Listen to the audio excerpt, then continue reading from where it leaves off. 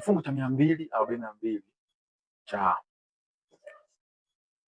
Sheria ya Mwenendo wa Makosa ya Jinai CPA Criminal Procedure Act pia kimetoa exception ya kosa kama hili, ucheleweshaji wake, uchunguzi na pia ufanyaje, usikilizwaji wake, kwa sababu hii kifungu cha 242 kinasema kesi zote zinatakiwa zikamilike ndani ya siku 60. Ina maana uchunguzi wake pia na usikilizwaji wake wote ukamilike ndani ya siku 60. Kwa lakini sasa hili kosa pamoja na makosa mengine yamepewa unafuu au yamepewa kinga kwamba zinaweza kuchukua hata zaidi ya siku 60 kukamilishwa kwa uchunguzi pamoja na usikilizwaji wake, inaweza ikawa zaidi ya siku 60. Sio mimi, ni sheria inasema hivyo. Kwa hiyo ukategemea kwamba kesi hii itachukua ndani ya siku 60 kama kesi zingine ambazo zimeelekezwa na sheria hii ambayo kifungu cha 242 cha Mwenendo wa Makosa ya Jinai. Hapana, hili limepewa unafuu kwamba inaweza ikazidi siku 60 na usikilizwaji wake na uchunguzi wake. Sio mimi, ni sheria. Na mfano mzuri ukiangalia kesi inayoendelea ya Tundu Antipas Lissu, ni kesi ambayo imechukua au inaendelea kuchukua muda mrefu mahakamani. Hiyo ni kwa sababu ya kifungu cha 242. Pia kosa hili la uhaini katika usikilizwaji wa kesi zake, wa kesi hii ya uhaini, yani watuhumiwa wataanza kusikiliza kesi kabla ijaenda kwenye mahakama ambayo ina mamlaka ya kusikiliza hii kesi ambayo ni Mahakama Kuu.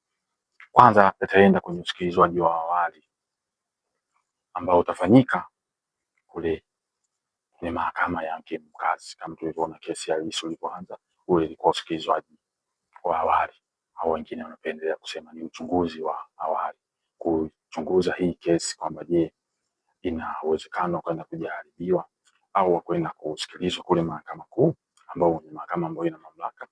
Kwa kule wanakuwa wanapitia ushahidi ambao utatolewa na nyaraka ili kuangalia kwamba kama hii kesi ina uwezekano kwenda kusikilizwa kule kwenye Mahakama Kuu, ambayo ni mahakama yenye mamlaka ya kusikiliza kesi hii ya kosa la uhaini.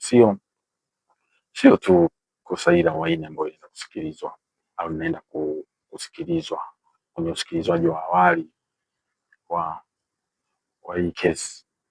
Pia kuna kosa la mauaji, pia nao huwa inafanywa katika hatua hizo hapo za awali kwa ajili ya mara nyingi kupembua ushahidi na kuchunguza jalada au kuchunguza kesi yenyewe kama inaweza kwenda kusikilizwa kwenye mahakama yenye mamlaka, yani mahakama yenye mamlaka ambayo ni Mahakama Kuu.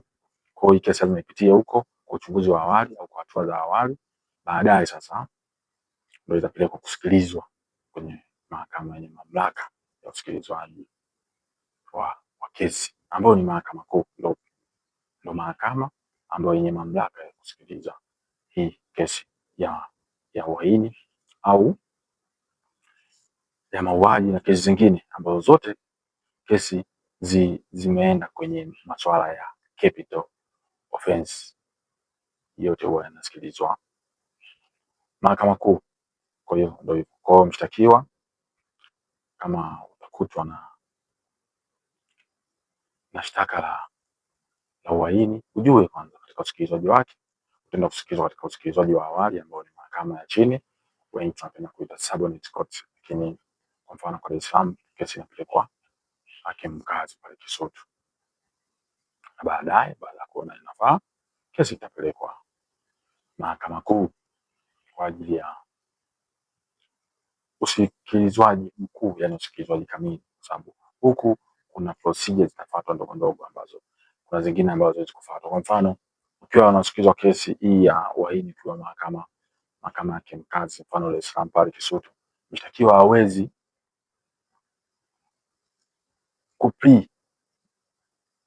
kwamba kusema kwamba nimefanya kosa au sijafanya, nimekataa kosa au nimekubali kosa, huyo mshtakiwa kule hawezi kusema hivyo, kwa sababu huwezi ukaplea kwenye mahakama ambayo haina mamlaka. There's a plea of guilty or plea of not guilty. Wengi katika hii hatua ya awali tunapendelea kuita committal proceeding, yaani wanasheria tunapenda kuita committal proceeding, yaani hizi ni hatua za awali za kesi kabla haijaenda kwenye mamlaka husika, yaani kwenye mahakama yenye mamlaka husika au yenye nguvu ya kusikiliza na kutatua kesi hii, tunapenda kuita committal proceeding.